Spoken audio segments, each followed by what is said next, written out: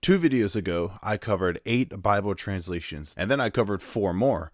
Now we're doing an additional 4. Where I left off in the last video is the Matthew's Bible.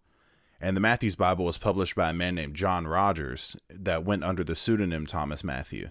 We have something called the New Matthew Bible. Well, where did that come from? Is that related to John Rogers?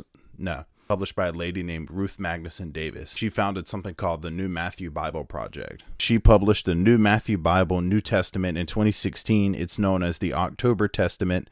And in 2024, she published her Pentateuch, the first 5 books of the Bible. Yeah, you can go online. You can find that. The Bishop's Bible, published in 1568, 1571, and 1572 AD, of course. Also called the Holy Bible by some. The Bible is a petty response to the Geneva Bible. So basically, the Church of England thought that the Geneva Bible, which I covered that in the other video, one I'm holding right here, this is the Geneva Bible 1599 edition. And in the other video, I was showing you the 1560 editions because I have 2 of them. But then I was like, I have a 1599. I didn't even realize it. So this is the 1599. So in 1560, they published this Bible. And then the 1599, which is this one, came out.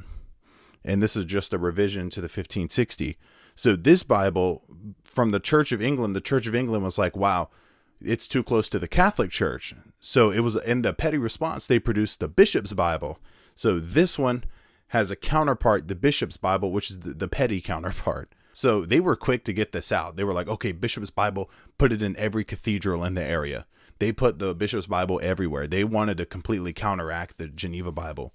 So Shakespeare, William Shakespeare, they say that he probably used this Bible translation because in plays like Richard II and Love Labour's Lost, the passage of the Bible, or Love Labour's Lost or whatever, is quoted as using the Bishop's Bible's language. There are 3 different publication dates because they released parts of it. So basically there was parts in 1568. They finished it in 1571 and revised it in 1572. So I could not find an entirely accurate date to when the Bishop's Bible had been produced. Like there was no one date, but I found multiple ones. So that's what I think is going on here, what I explained. The father of a lot of other translations, King James Version. The King James Version is very important. It serves as the progenitor for a lot of other ones. However, the progenitor to that progenitor is the Tyndale Bible, which we know what happened to him. It was published under the supervision of King James I of England of 1611. 47 scholars approved by King James. Richard Bancroft, Archbishop of Canterbury, was the overseer and pretty much told them how to do it in a manner that respected the doctrines at that time. So pretty much Richard Bancroft, the Archbishop of Canterbury, he pretty much sat there, was like, okay, we got the 47 scholars. Y'all got to do it this way. He basically was just like, I don't mind if you do it, just do it this way.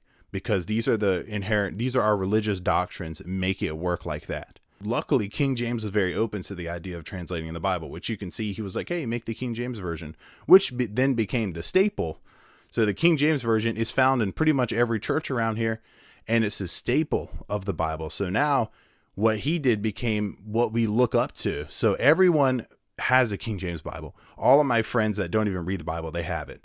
They're like, oh man, I got a King James. I'm like, you should read the Bible sometime. Oh, I can't read the King James, man. It says thither, thou, and that. And that's not even a word, but you know what I mean.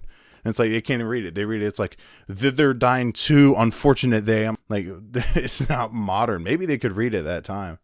Could you imagine like reading books at that time? And you're just like, thitherefore he saith unto her. The scholars were organized into groups. So like you have like maybe a group of 2 and maybe a group of 3, some more groups of 2.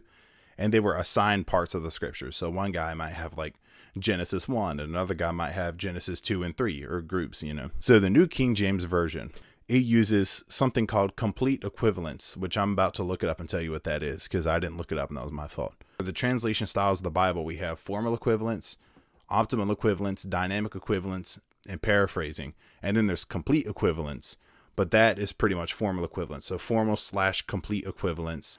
It was published in 1983, and it's an updated translation of the King James Version.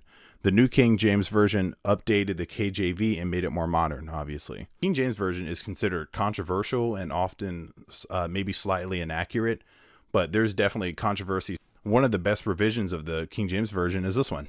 the New American Standard Bible, which is the most accurate English translation to date. Nothing tops this one.